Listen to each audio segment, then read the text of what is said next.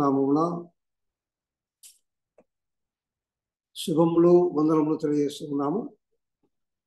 ప్రేమైన వాళ్ళ ఉదయకాలంలో మన కుటుంబ ప్రార్థనకు సహాయకరముగా ఇర్మియా గ్రంథం 31వ అధ్యాయములో 40 వచనములు ఉన్నవి.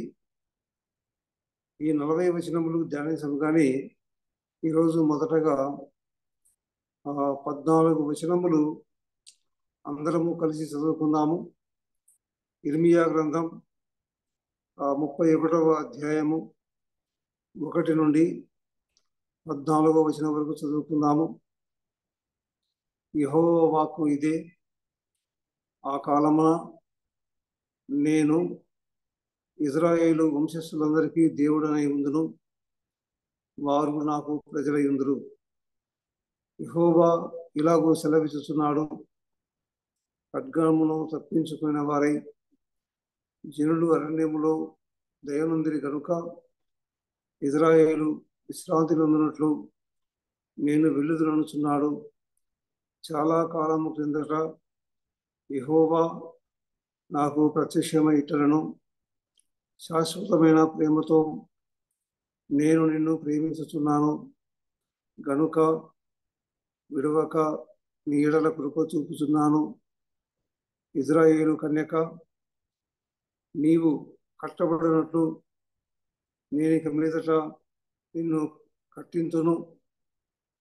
నీవు మరలా తంబురులను వాయింతువు, సంబరపడు వారి నాట్యములలో కలిసిదవు. నీవు సోమ్రోను కొండల మీద ద్రాక్షబోలులను మరలా నాటెదవు. నాటు వారు వాటి ఫలములను అనుభవించెదరు. ఎఫ్రాయిము పర్వతముల మీద కావలి వారు కేకవేసి సీయోనునకు మన దేవుడైన యెహోవా యొద్దకు పోవుదము రండని చెప్పు దినము నిర్ణయమాయెను. యెహోవా ఇలాగూ సెలవిస్తున్నాడు: యాకోబును బట్టి సంతోషముగా పాడుడి, రాజ్యములకు శిరస్సుకు జనమును బట్టి ఉత్సాహధ్వని చేయుడి, ప్రకటించుడి, స్తుతి చేయుడి. యెహోవా ఇజ్రాయేలులో శేషించిన నీ ప్రజలు రక్షింపమని బతిమాలుడి.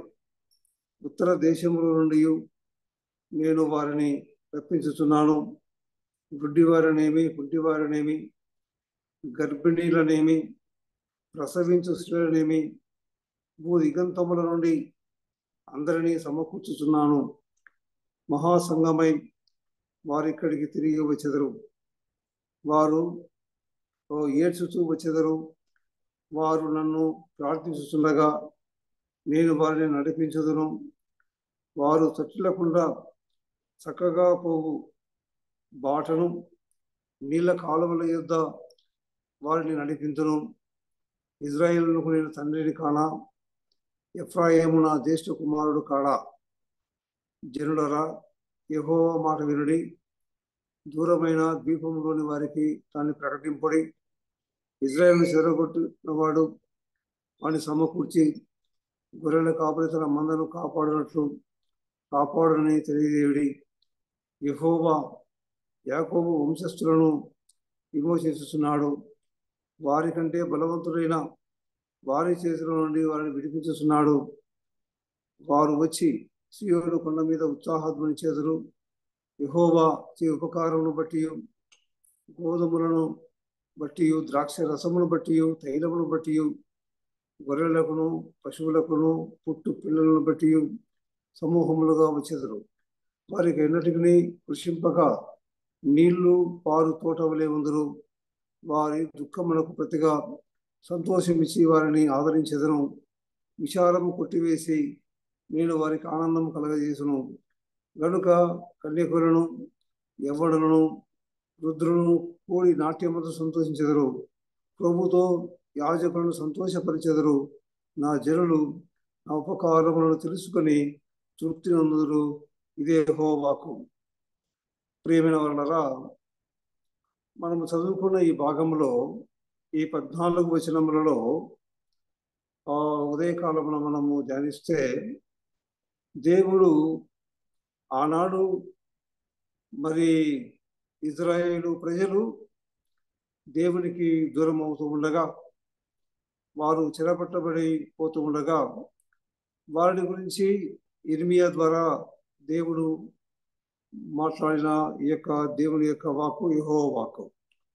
నాడైతేనేమి నేడైతేనేమి మరి శాశ్వతులైన దేవుడు, మార్పు చెందని దేవుడు. ఇక్కడ మనం గమనించినప్పుడు 3వ వచనంలో అన్నాడు, శాశ్వతమైన ప్రేమతో నేను నిన్ను ప్రేమించుతున్నాను కనుక విడవక నీ ఎడల కృప చూపుతున్నాను. అనగా దేవుడు ప్రేమామయుడు అని మనము ఇక్కడ చూడవచ్చు. అది కూడా శాశ్వతమైన ప్రేమ అని. అలాగే మనం గమనిస్తే 9వ వచనంలో మరి ఇలా అన్నాడు, ఇజ్రాయేలులకు నేను తండ్రిని కానా, ఎఫ్రాయిము నా జ్యేష్ఠ కుమారుడు కాడా. అంటే దేవుడు మనకు తండ్రిగా ఉన్నాడు 9వ వచనంలో. 10వ వచనంలో ఇలాగంటున్నాడు, జనులారా యెహోవా మాట వినుడి, దూరమైన ద్వీపములలోని వారికి దాన్ని ప్రకటింపుడి. ఇజ్రాయేలును చెదరగొట్టిన వాడు వారిని సమకూర్చి గొర్రెల కాపరి తన మందను కాపాడినట్లు కాపాడుని తెలియజేయడి. అంటే ఆయన మన కాపరిగా ఉన్నాడు, మనకు అంటే ప్రేమమయుడుగా ప్రేమ గల దేవుడు ఆయన. రెండవదిగా మనకు తండ్రిగా ఉన్నాడు. మూడవదిగా మనకు మంచి కాపరిగా ఉన్నాడు. మనము గమనించినప్పుడు ఏంటిని గమనిస్తే, మరి నాలుగవదిగా మనం గమనించినప్పుడు ఏంటిని గమనిస్తే ఇక్కడ ఈ భాగంలో 15వ వచనంలో 13వ వచనంలో వారి దుఃఖమునకు ప్రతిగా సంతోషమిచ్చి వారిని ఆదరించేదను, విచారము కొట్టివేసి నేను వారికి ఆనందము కలగజేతును కనుక కన్యకలను ఎవరును వృద్ధులను కూడి నాట్యముగా 13వ వచనంలో 14వ వచనంలో గమనించినప్పుడు ఆయన మనకు ఆదరణకర్తగా ఉన్నాడు, ఆదరించే దేవుడుగా ఉన్నాడు. ప్రియమైన వారలారా, ఉదయ కాలంలో ఈ 14 వచనములలో కూడా మరి దేవుని యొక్క ప్రేమ ఎటువంటిదో మనం చూస్తున్నాము. రెండవది దేవుడు మనకు తండ్రిగా ఉంటుండగా మనం గమనిస్తున్నాము. మూడవదిగా మనకు మంచి కాపరిగా ఉన్నాడు. నాలుగవదిగా మనం గమనిస్తే ఆయన మనకు ఆదరణకర్తగా ఉన్నాడు. అనగా ఈ 4 అంశాలు మనం ఆలోచించినప్పుడు, ప్రేమైన వల్ల ఉదయకాలంలో గమనించినప్పుడు ఏంటంటే గమనిస్తే ప్రేమల గురించి ఆలోచిస్తే, శాశ్వతమైన ప్రేమతో నేను నిన్ను ప్రేమించుతున్నాను గనుక విడవక నీ ఎడల కృప చూపుతున్నాను. అంటే ఆనాడు ఇజ్రాయేలు ప్రజలు ఒకవేళ మనం గన తీసుకున్నప్పుడు, వారు ఐగుప్తు దేశంలో ఉన్నప్పుడు వారిని దేవుడు విడిపించాడు. వారిని దేవుడు మరి పస్కా పండుగ ద్వారా వారిని విడిపించినప్పుడు మరి దేవుడు ఫరో ఎదుట అనేక అద్భుత కార్యములు జరిగించి మరి ఫరో కఠిన హృదయమును మార్చి ఆ తర్వాత వారిని విడిపించాడు. వారిని గమనించినప్పుడు వారు అరణ్యంలో 40 సంవత్సరాలు ఉన్నా, ఆ తర్వాత వారు కాలం రాజులు పెట్టుకునేంత వరకు కూడా న్యాయాధిపతుల తర్వాత వారు రాజు కావాలని కోరారు. ఆ తర్వాత రాజులు కూడా వారిని ఏలినారు. అంటే ఈ కాలం అంతటిని గమనిస్తే, అనగా మనము ఆ ప్రజలను దేవుడు ఎప్పుడు విడిచిపెట్టలేదు. వారే దేవుని యొక్క సహవాసం నుండి, దేవుని యొక్క సన్నిధి నుండి దూరమైపోయినప్పుడు వారిని తిరిగి దేవుడు మరి తన దగ్గరికి తీసుకొని వచ్చాడు.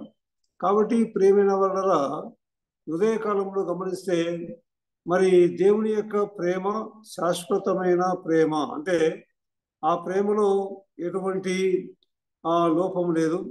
ఆ ప్రేమలో మనం గమనిస్తే ఎటువంటి లోటు లేదు. అందుకే శాశ్వతమైన ప్రేమతో నేను నిన్ను ప్రేమించుతున్నాను గనుక విడవక నీ ఎడల కృప చూపుతున్నాను. చూసారా, దేవుని యొక్క ప్రేమ అనేది మనము గమనించినప్పుడు సృష్టికర్త అయిన దేవుని యొక్క ప్రేమ ఎలా ఉందని గమనిస్తే, ఆది కాండంలో కూడా మనం గమనించినప్పుడు మానవులమైన మనలను దేవుడు తన స్వరూపంలో తన పోలికలో మనను మరి నిర్మించి సృష్టించుడుగా చూస్తున్నాము. ఇంకా దేవుని యొక్క ప్రేమ మరి ఆ విధంగా మానవులైన మనలను మరి ప్రేమిస్తూ ఉండగా, కావున మనకేమి కావాలనో దేవుడు అన్ని కూడా సమకూర్చాడు. సమకూర్చి నాటి నుండి నేటి వరకు ఆనాడు ఇజ్రాయేలు ప్రజలనే కాదు కానీ నేడు మనల్ని కూడా ఆయన ప్రేమిస్తూనే ఉన్నాడు. అందుకే దేవుడు లోకమును ఎంతో ప్రేమించాడు. దేవుడు లోకమును ఎంతో ప్రేమించాడు. అవును ప్రియమైన వల్లరా మనం గమనించినప్పుడు మనము యోహాను సువార్త 3వ అధ్యాయం 16వ వచనంలో ఇలాగ చదువుకోవచ్చు. దేవుడు లోకమును ఎంతో ప్రేమించడం కాగా ఆయన తన అద్వితీయ కుమారునిగా పుట్టిన వాడి యందు విశ్వాసముంచు ప్రతివాడును నశింపక నిత్య జీవం పొందినట్లు ఆయనను అనుగ్రహించను. అనగా దేవుని యొక్క ప్రేమ మనం ఆలోచిస్తే ఆయన ఎంతో లోకములో ఉన్నటువంటి ప్రతి మనిషిని ప్రేమించాడు. అందువల్ల ఈ డిసెంబరు మాసం అనగానే మనకందరికీ గుర్తు వచ్చేది ప్రపంచంలో అన్ని దేశాల్లో కూడా మరి క్రైస్తవులము అనేవారము క్రీస్తు పుట్టినరోజు సందర్భముగా మరి పండుగలు ఆచరిస్తూ ఉంటాము. కానీ ఆయన యొక్క ప్రేమను రుచి ఎరిగిన వారముగా ఆయన ప్రేమను తెలుసుకున్న వారముగా మనము కూడా అలా మనం ముందుకు సాగితే ఎంతో మంచిది. ఎందుకంటే ఆయన ఎంతో ప్రేమించను అన్నాడు. ఆ ఎంతోలో ఏమిచ్చాడంటే ఆ ప్రేమలో ఆయన ఒక సంగతిని తెలియజెప్పాడు. ఆ ప్రేమకు ఉన్నటువంటి హద్దులను చెప్పాడు. ఆ ప్రేమకు ఉన్నటువంటి డైమెన్షన్స్ ను చెప్పాడు. ఎక్కడనే గమనిస్తే ఎఫెసీయులకు రాసిన పత్రిక 3వ అధ్యాయము 16వ వచనంలో ఏమని ఉందని గమనిస్తే మీరు అంతరంగ పురుషుని యందు శక్తి కలిగి ఆయన ఆత్మ వలన బలపరచబడినట్లుగా క్రీస్తు మీ హృదయములలో విశ్వాసము ద్వారా నివసించున్నట్లుగా తన మహిమైశ్వర్యము చొప్పున మీకు దయచేయవలనని మీరు దేవుని సంపూర్ణత యందు పూర్ణులగునట్లుగా ప్రేమ యందు వేరుపారి స్థిరపడి సమస్త పరిశుద్ధులతో కూడా దాని వెడల్పు పొడుగు లోతు ఎత్తు ఎంతో గ్రహించుకున్నటకు అనగా దేవుని యొక్క ప్రేమ ఎంతో ప్రేమించను. ఆ శాశ్వతమైన ప్రేమలో మనం గమనిస్తే ఎలా ఉందని గమనిస్తే ఆ ప్రేమకు ఒక వెడల్పు ఉంది, ఆ ప్రేమకు ఒక పొడుగు ఉంది, ఆ ప్రేమకు ఒక లోతు ఉంది, ఆ ప్రేమకు ఎత్తు ఉంది. ప్రేమైన వల్ల ఉదయకాలంలో శాశ్వతమైన ప్రేమతో నేను నిన్ను ప్రేమించుతున్నాడు. మనం గమనించినప్పుడు ప్రేమ అనగానే ఏదో మామూలుగా ఒక యొక్క దాన్ని మనం కొలవలేము. కానీ ఎంతో అన్నప్పుడు మరి ఈ ఉదయకాలంలో గమనిస్తే ఆ ప్రేమ ఈ లోకానికి వచ్చింది. ప్రేమ స్వరూపిగా యేసుక్రీస్తు ప్రభు ఈ లోకానికి వచ్చి ఈ ప్రపంచంలో మానవులందరినీ తాను ప్రేమించి మానవులందరి కొరకై మరి మానవుని బాగు చేయాలి, మానవునిలో నా ప్రేమను నింపాలని దైవ పూర్వక సంకల్పంతో నాటి నుండి నేటి వరకు దేవుని ప్రేమ వెల్లడవుతూనే ఉంది. మరి ఆ ప్రేమ మరి వెడల్పు గురించి ఆలోచిస్తే యెషయా గ్రంథం 65వ అధ్యాయంలో ఇలా కూడా ఉన్నది. ప్రేమైన వాళ్ళ చూద్దాం చూడండి. యెషయా గ్రంథం 65వ అధ్యాయంలో చూడండి ఆ ప్రేమ యొక్క వెడల్పు ఎంత ఉందంటే, నా యొద్ద విచారణ చేయని వారిని నా దర్శనములకు రానిచ్చితిని, నన్ను వెదకని వారికి నేను దొరికితిని, నేనున్నాను ఇదిగో నేనున్నానని నా పేరు పెట్టబడని జనముతో చెప్పుతున్నాను. ఉదయకాలంలో మనం నిజంగానే పేరు పెట్టబడని జనం, నిజంగానే మనం అన్యులము. కానీ ఆనాడు ఇజ్రాయేలునే కాదు, నేడు మనము కూడా అన్ని జనాంగంలో ఉన్నవారము. గమనిస్తే ఈనాడు ప్రపంచంలో ఇజ్రాయేలు కాని వారు ప్రజలుగా ఉన్నారు. వారిని అన్ని జనులు అని మనం పిలుస్తూ ఉంటాము. అటువంటి వారికి దేవుని ప్రేమను గమనిస్తే, నా యొద్ద విచారణ చేయని వారిని నా దర్శనములకు రానిచ్చితిని, నన్ను వెదకని వారికి నేను దొరికితిని. ఏమైనా వల్ల ఆ వెడల్పులో గమనిస్తే ఎంత ఉందని గమనిస్తే ఆయన వెదకని వారికి కూడా ఆయన దొరికాడు.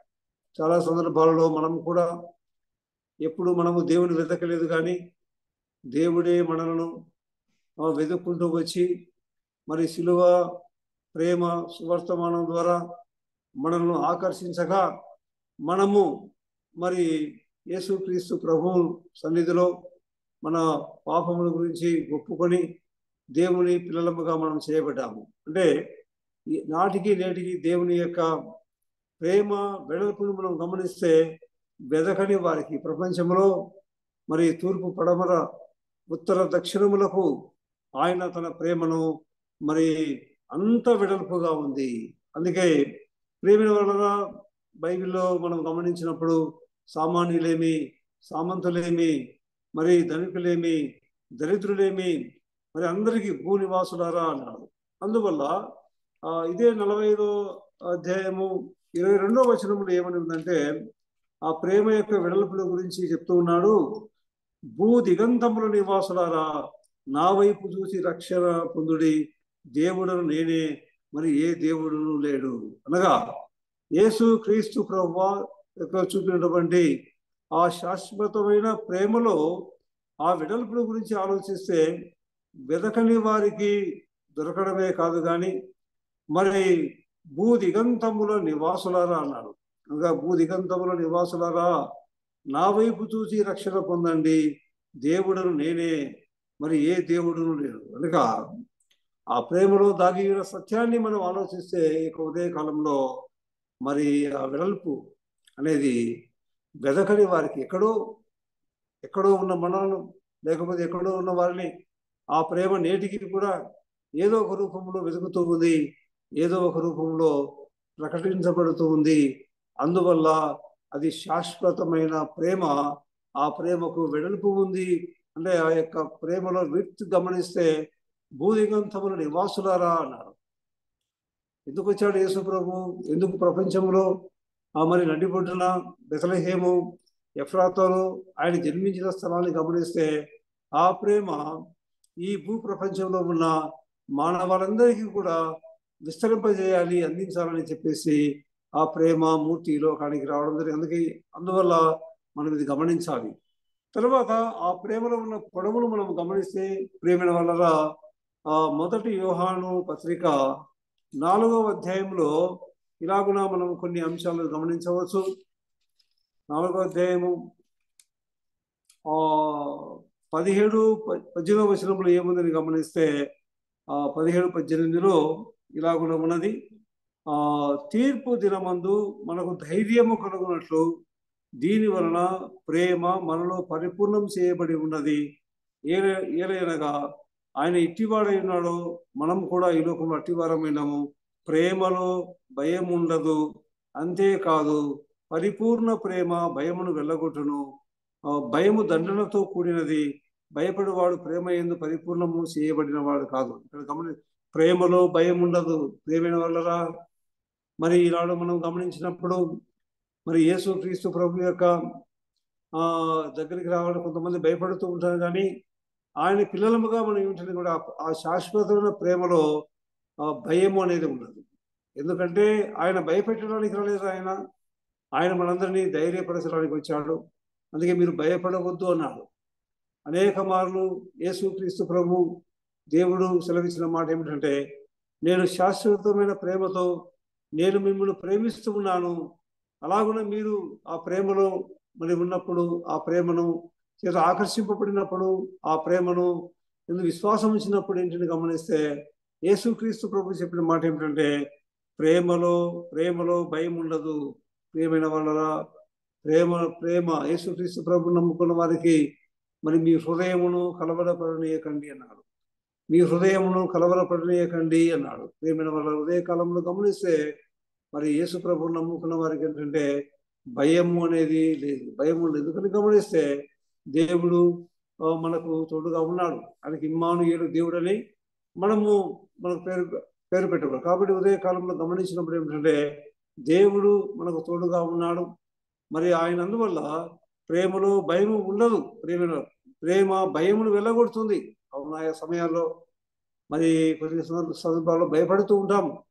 ఈ లోకంలో జీవిస్తున్నప్పుడు మన చుట్టూ ఎదురయ్యేటువంటి మరి విపత్కర పరిస్థితుల్లో కానీ వ్యాధి సమయాల్లో కానీ లేకపోతే ఇంకా మరి అనేక సమయాల్లో ఏమన్నా ఉన్న ప్రేమలో భయం ఉండదు. అందువల్ల కీర్తనకారుడు చెప్పిన మాట ఏమిటంటే, యెహోవా నా కాపరి, నాకు లేమి కలగదంటూ గాఢాంధకారపు లోయలో సంచరించినను నేను భయపడను, నీ దుడ్డు కర్ర నీ దండము నన్ను ఆదరించనున్నాడు. అంటే యేసు క్రీస్తు ప్రభు యొక్క ప్రేమను గమనిస్తే మరి వెతకని వారికి దొరకడమే కాదు కానీ, మరి తిరుగుబాటు చేసిన వారికి దినమెల్లా తన చేతులు చాపడమే కాదు కానీ, అలాగున మరి రక్షణ పొందినటువంటి వారముగా నేనే దేవుడను, మరి ఏ దేవుడను లేడని చెప్పేసి ప్రభు చెప్తూ ఉండగా, ఆ ప్రేమలో గమనించినప్పుడు ప్రేమలో భయం ఉండదు. ఆ ప్రేమ ఎంతో గొప్పది.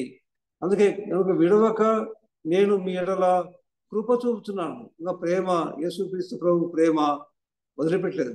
నాడే కాదు నేడు కూడా. అందువల్ల ఇజ్రాయేల్ ప్రజలను ఇర్మియాతో మాట్లాడుతూ చెప్పిన మాట ఏమిటంటే, మీరు ఆలోచన చేయండి, మీరు ఐగుప్తు దేశంలో ఉండి ఇంతవరకు మీరు అనేక వేల సంవత్సరాలుగా వారి ప్రయాణంలో వీరు ప్రజలే దూరం అయ్యారు కానీ దేవుడు ఎప్పుడూ వారికి దూరం కాలేదు.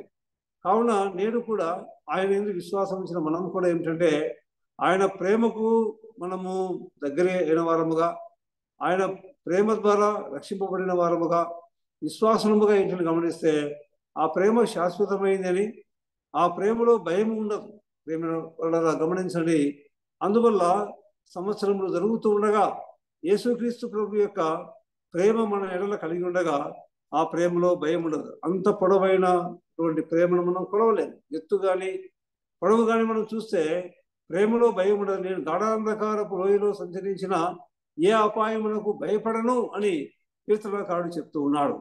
ఇక మూడవది మనం గమనించినప్పుడు ఏంటి గమనిస్తే, ఆయన ప్రేమ యొక్క లోతును గురించి ఆలోచిస్తే ఫిలిప్పీ రాసిన పత్రిక 2వ అధ్యాయంలో కొన్ని వచనాలు చదువుకుందాము. 2వ అధ్యాయము 5 నుండి 11 వచనములు గమనిస్తే ఇలాగున మనం చదువుకోవచ్చు. ఫిలిప్పీ రాసిన పత్రిక 2వ అధ్యాయము.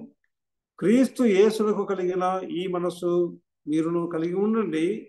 ఆయన దేవుని స్వరూపము కలిగిన వాడై దేవునితో సమానముగా ఉండుట విడిచిపెట్టకూడని భాగ్యమని ఎంచుకొనలేదు, కానీ మనుషుల పోలికగా పుట్టి దాసుని స్వరూపమును ధరించుకొని తన్ను తానే రిక్తునిగా చేసుకొనను.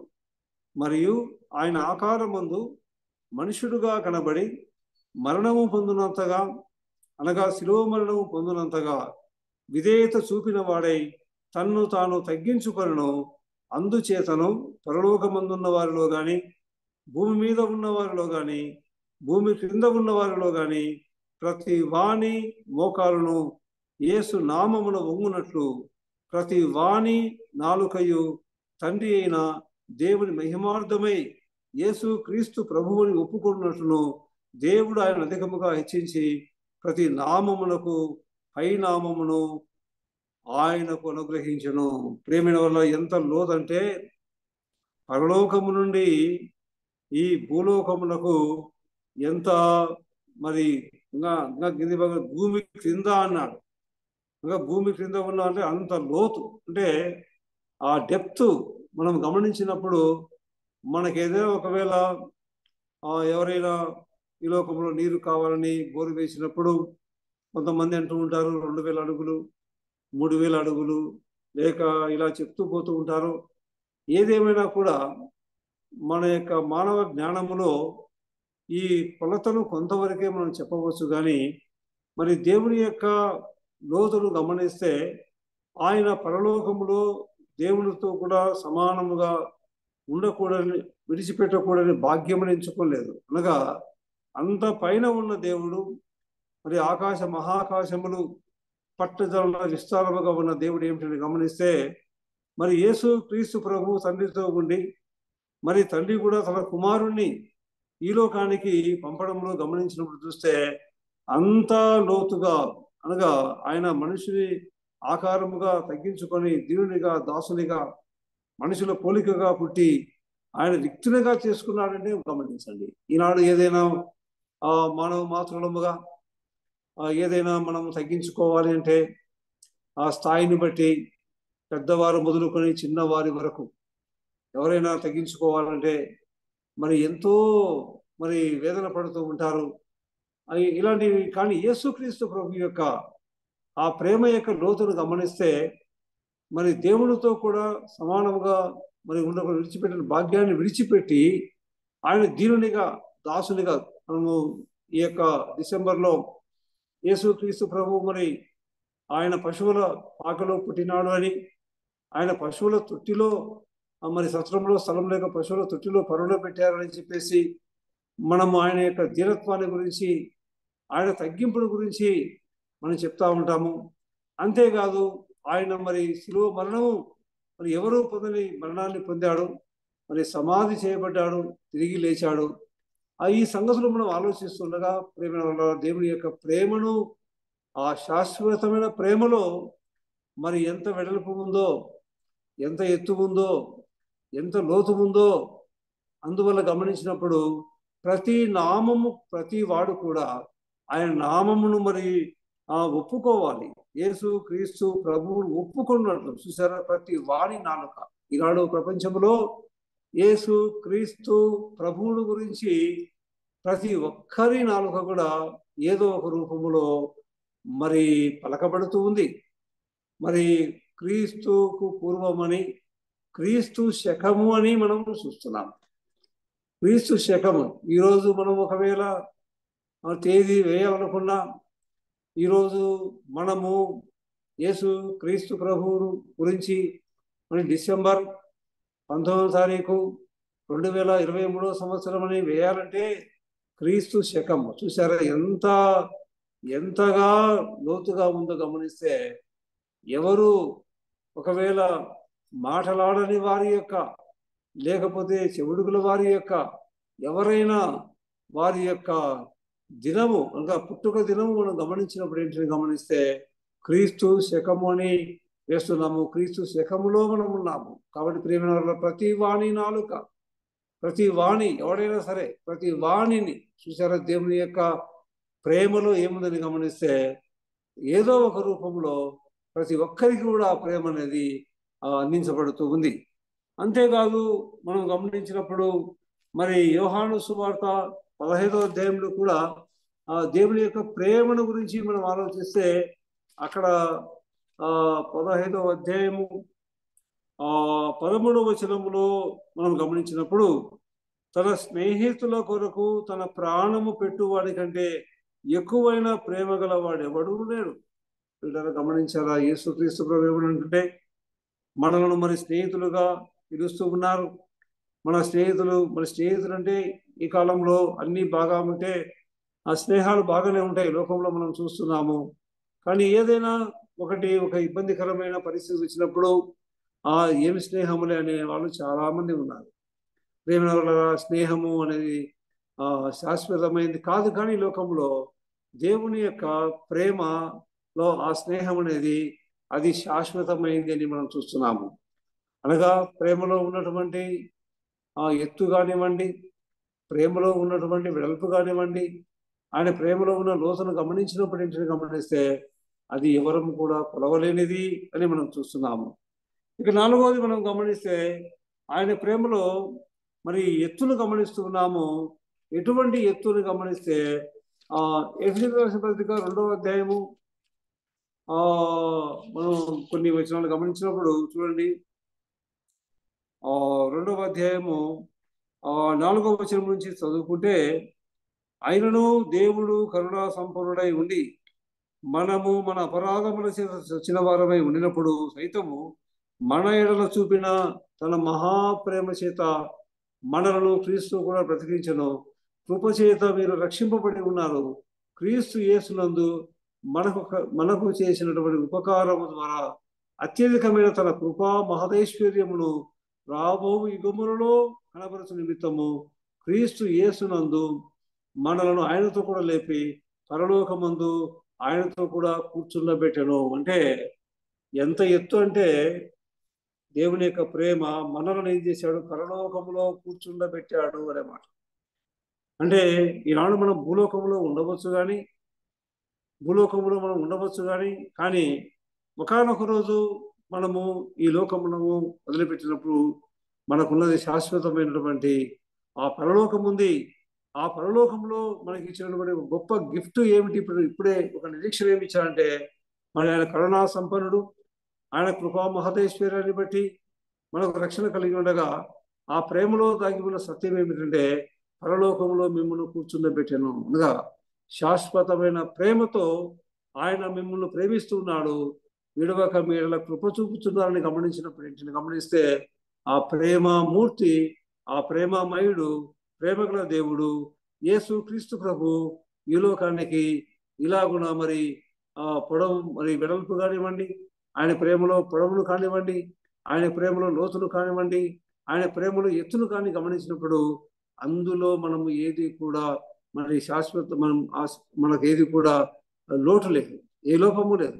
అన్ని అంత అంత వెడల్పుగా, అంత ఎత్తులో, అంత లోతుగా, అంత మరి ఆయన పొడవులో మనం గమనించినప్పుడు ఆ యొక్క మరి వెడల్పు, పొడవు, లోతు, ఎత్తు ఎంతో మరి అది మనము గ్రహించుకోవాలి ప్రేమ.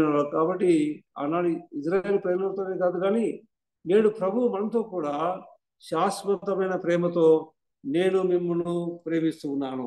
అందువల్ల ఈ ప్రేమను గమనించి ఇంకా గమనిస్తే 3వ అధ్యాయంలో ఫిలిప్పీ పత్రిక 3వ అధ్యాయంలో ఇలాగన్నాడు. ఆ యొక్క ఎత్తును మనం గమనించినప్పుడు ఏమిటంటే, మన పౌరస్థితి పరలోకమందు ఉన్నది, అక్కడ నుండి మన ప్రభు అయిన యేసుక్రీస్తు అక్కడ నుండి ప్రభు అయిన యేసుక్రీస్తు అను రక్షకుడి నిమిత్తము కనిపెట్టుకుని ఉన్నాము. సమస్తమును తన లోపరుచుకున్న దాని శక్తిని బట్టి ఆయన మన దిన శరీరమును తన మహిమగల శరీరమునకు సమరూపము గల దానిగా మార్చును. సరే, ఇక్కడ చూస్తే మన పౌరస్థితి పరలోకంలో కూర్చుని పెట్టాడు. మన యొక్క సిటిజన్షిప్ ఎక్కడ ఉందంటే అంత ఎత్తులో ఉంది. ఈనాడు మనము అమెరికా కానీ, కెనడా కానీ, లేక ఇతర దేశాలకు వెళ్ళినప్పుడు కొన్ని ఏళ్ళ తర్వాత ఆ పౌరస్థితి గురించి అడుగుతారు. అక్కడ ఉన్నటువంటి మన యొక్క ఆ డేటాను బట్టి వారి సిటిజన్షిప్ ఇస్తారు. మనకు పౌరస్థితి ఈ లోకంలో అలాగనే ఉన్నది. ఈ లోకము మరి కొద్ది కాలం ఉండడానికే అలాంటి కండిషన్స్, అలాంటి స్థితిలో ఉంటే దేవుని ప్రేమ ఉచితముగా లభించిన ప్రేమ ద్వారా మనకేమి లభించిందనగా పరలోకంలో కూర్చున్న పెట్టుకోవడమే కాదు కానీ మన పౌరస్థితి పరలోకంలో ఉంది. ఉదయకాలంలో మనము ఇలాగున ప్రభువుని గురించి మనం ఆలోచిస్తే, మన ప్రభువు మన యొక్క తన ప్రేమను మన యందు ఉంచి ఉండగా ఆ పొడవు కానివ్వండి, వెడల్పు కానివ్వండి, లోతు కానివ్వండి, ఎత్తు కానివ్వండి, అది శాశ్వతమైన ప్రేమతో.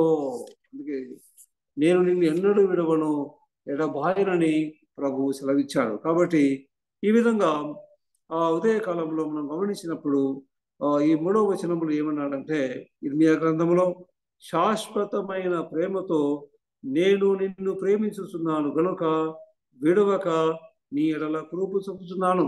అనగా 2023 సంవత్సరంలో మనం గమనించినప్పుడు జనవరి 1వ తారీఖు నుండి నేటి వరకు కూడా మరి ఆయన శాశ్వత ప్రేమ అనేక సందర్భాలలో ఈ సంవత్సరంలో మనం అనేక సందర్భాలు అనేక చోట్ల వెళ్ళినప్పుడు కానీ, అనేక సమయాల్లో కానీ ఆయన ప్రతి నిమిషము, ప్రతి సమయము, ఎక్కడ ఉన్నా కూడా ఆయన ప్రేమిస్తూ వస్తూ ఉంది. అందుకు విడవక నీళ్ళ కృప చూపుతున్నాను అని వారితో మాట్లాడుతూ ఇలాగనా, ఇజ్రాయేలు కన్యక, నీవు కట్టబడినట్టు నేను ఇక మీదట నిన్ను కట్టించును, నీవు మరలా సంబురలను వాయింతువు, సంబరపడు వారి నాట్యములలో కలిసేదవు. అంటే వారు ఆనాడు దేవునికి దూరమైనప్పుడు వారు కొన్ని కోల్పోయారు.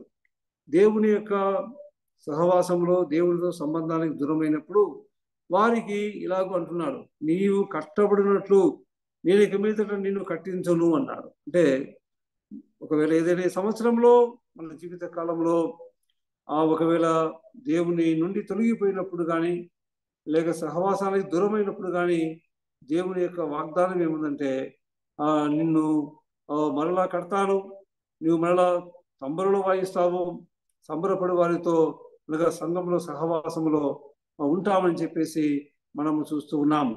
తర్వాత 9వ వచనానికి మనం వచ్చినప్పుడు ఏమిటి గమనిస్తే, వారు ఏడ్చుతూ వచ్చెదరు, వారు నన్ను ప్రార్థిస్తూ ఉండగా నేను వారిని నడిపించుదును, వారు తొట్టిల్లకుండా చక్కగా పోవు బాటను, నీళ్ల కాలువల యొద్ద వారిని నడిపించును.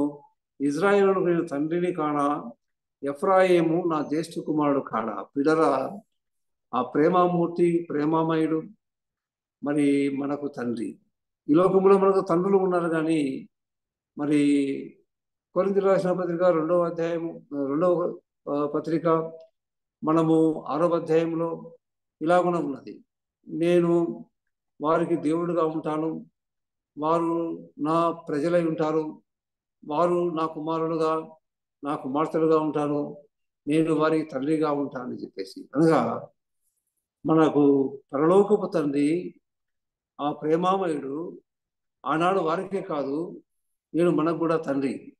అందువల్ల మత్తయి సువార్త మరి మనం 6వ అధ్యాయం చదువుకున్నప్పుడు కొండ మీద ప్రసంగంలో ఇలాగన్నాడు, ఏమిటంటే మీకేమి కావాలనో మీ పరలోకపు తండ్రికి తెలియను అన్నాడు. మీకేమి కావాలనో మీ పరలోకపు తండ్రికి తెలియదు. ప్రియులారా, ఆయన శాశ్వతమైన ప్రేమ చూపడమే కాదు, కానీ ఆయన మనకు ఏవి అవసరాలు ఉన్నాయో, ఏ అక్కర్లు ఉన్నాయో ఆయనకు తెలుసు. అందుకే మీకన్నీ కూడా ఏమన్నా మీ పరలోకపు తండ్రికి తెలియను. అందువల్ల మీరు ప్రార్థన చేయనప్పుడు ఇలాగన్నాడు, పరలోకమందున్న మా తండ్రి అనమన్నాడు. యేసుక్రీస్తు ప్రభువు కూడా మరి అనేక సమయాల్లో కూడా తండ్రికి కృతజ్ఞతాస్తుతులు చెల్లించి వారికి రొట్టెలు కానీ మరి చేపలు కానీ పంచిపెట్టడం జరిగింది. ఇంకా మరి యోహాను సువార్తలో మరి లాజరు చనిపోయినప్పుడు ఇలాగన్నాడు, తండ్రి నా మనవి వినినందుకు నీకు కృతజ్ఞత చెల్లించున్నా. కాబట్టి మన తండ్రి, ఈ లోకంలో మనకు తండ్రులు ఉన్నారు, మనకు జన్మనిచ్చినటువంటి తల్లిదండ్రులు ఉన్నారు, కానీ పరలోకంలో ముఖ్యంగా మన యొక్క మరి మారు మనసు పొందడానికి, పాప క్షమాపణ పొందడానికి మన ప్రభువైన యేసుక్రీస్తు ద్వారా రక్షింపబడిన మనం ఏమిటని గమనిస్తే మనకున్న వాగ్దానం ఏమిటంటే, నేను వారిలో సంచరిస్తాను, వారిలో నివసిస్తానన్నాడు. మనకు ఆత్మచేత మనం ముద్రింపబడ్డాము కాబట్టి మనకు మరి ఆయన మనకు తండ్రిగా ఉన్నాడు. పిల్లరా, ఈ సంగతులు ఎందుకు చెప్పుకుంటున్నామంటే సంవత్సర కాలం అంతా గడిచింది, మరి యొక్క నూతన సంవత్సరంలో మనము వెళ్తూ ఉన్నాము. కాబట్టి ఈ కాలమంతట్లో కూడా ఆలోచిస్తే దేవుని యొక్క ప్రేమను ఎలా ఉందో మనం గమనిస్తున్నాము. ఆయన మనకు తండ్రిగా ఉన్నాడు. అంత మాత్రమే కాదు, ఇక్కడ 10వ వచనంలో ఉన్నాడు, జనులారా యెహోవా మాట వినుడి, దూరమైన ద్వీపములోని వారికి దాన్ని ప్రకటింపుడి. ఇజ్రాయేలును చెదరగొట్టిన వాడు వాడిని సమకూర్చి గొర్రెల కాపరి తన మందను కాపాడునని తెలియజేయుడి. అనగా ఈ భాగంలో గమనిస్తే సమకూర్చిన దేవుడు ఎలా ఉన్నాడు? మనకు గొర్రెల కాపరి, మనకు ప్రాణం పెట్టిన కాపరిగా ఉన్నాడు, మంచి కాపరిగా ఉన్నాడు, ప్రధాన కాపరిగా ఉన్నాడు. మన ప్రభువైన యేసుక్రీస్తు నేను గొర్రెలకు మంచి కాపరిని అన్నాడు. ప్రభువు చెప్పిన మాట ఏంటంటే, మరి గొర్రెల కాపరి ఏంటంటే తన ప్రాణమును పెడతాడు. వీటారా, మనం గురించి ఆలోచిస్తే అందుకే భక్తులు చెప్పిన మాట, యెహోవా నా కాపరి, నాకు లేమి కలగదన్నాడు. పచ్చికల చోట్ల ఆయన నన్ను పరుగుండ చేయుచున్నాడు, శాంతికరమైనటువంటి జలముల యొద్దకు నన్ను నడిపిస్తూ ఉన్నాడు. అనగా మన జీవితాన్ని ముఖ్యంగా గమనిస్తే ఆయన కాపరిగా ఉన్నాడు కాబట్టి ఏమీ కొదవ లేకుండా చేయడమే కాదు, కానీ మన జీవిత కాలంలో ఆయన శాంతికరమైన జలముల ఎదురుగా మన యొక్క జీవిత కాలంలో నెమ్మది, మన జీవిత కాలంలో సమాధానము, సంతోషాన్ని ఆయన మనకి మంచి కాపరిగా మనకున్నాడు. గొర్రెల కాపరి తన మందను కాపాడునట్లు కాపాడు. ఈ సంవత్సరం అంతా అనేక సందర్భాల్లో అనేక ప్రయాణాలు చేసాం, మనం అనేక చోట్లకు తిరిగాము. ఆయా స్థలాల్లో ఉన్నప్పుడు మన ఉద్యోగాలు కానీ మన ఇంటిలో కానీ ఆయన మన కాపరిగా ఉండి కాపాడినట్లు ఆయన కాపాడే దేవుడు. ఆయన మనకందుకే మరి యెహోవాయే నా బలం అన్నాడు, యెహోవాయే నా గాఢం అన్నాడు, ఆయన నా శైలం అన్నాడు, ఆయన నా కోట అన్నాడు, నా కేడ్యం అన్నాడు. కాబట్టి ప్రేమైన వాళ్ళరా, ఆయన మనల్ని ప్రేమిస్తూ ఉండగా, ఆయన మనకు తండ్రిగా ఉంటూ ఉండగా, ఆయనకు మనం మంచి కాపరిగా ఉన్నాడు అనే మాట మనం గమనిస్తున్నాము.